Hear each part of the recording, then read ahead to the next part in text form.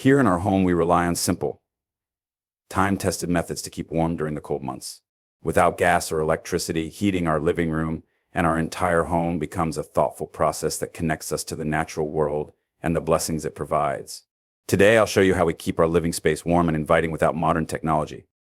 This is a wood burning stove, the heart of our home during the winter.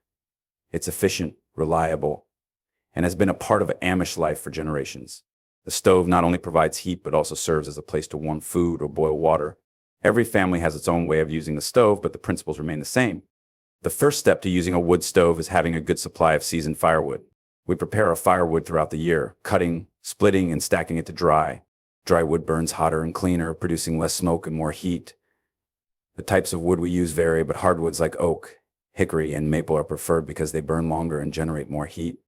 Proper storage is important too. Firewood needs to be kept dry, so we store it in a covered area or under a tarp.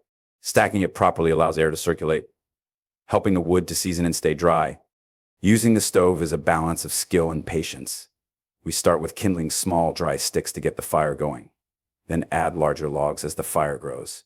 Adjusting the stove's vents controls the airflow, which affects how hot the fire burns. It's a simple yet effective way to regulate the heat in our living space. The heat from the stove radiates throughout the room, making it a gathering place for the family. On especially cold days, we might move closer to the stove or even lay rugs and blankets nearby to maximize the warmth. The stove also dries wet clothes and boots during the snowy months and warms water for washing or making tea.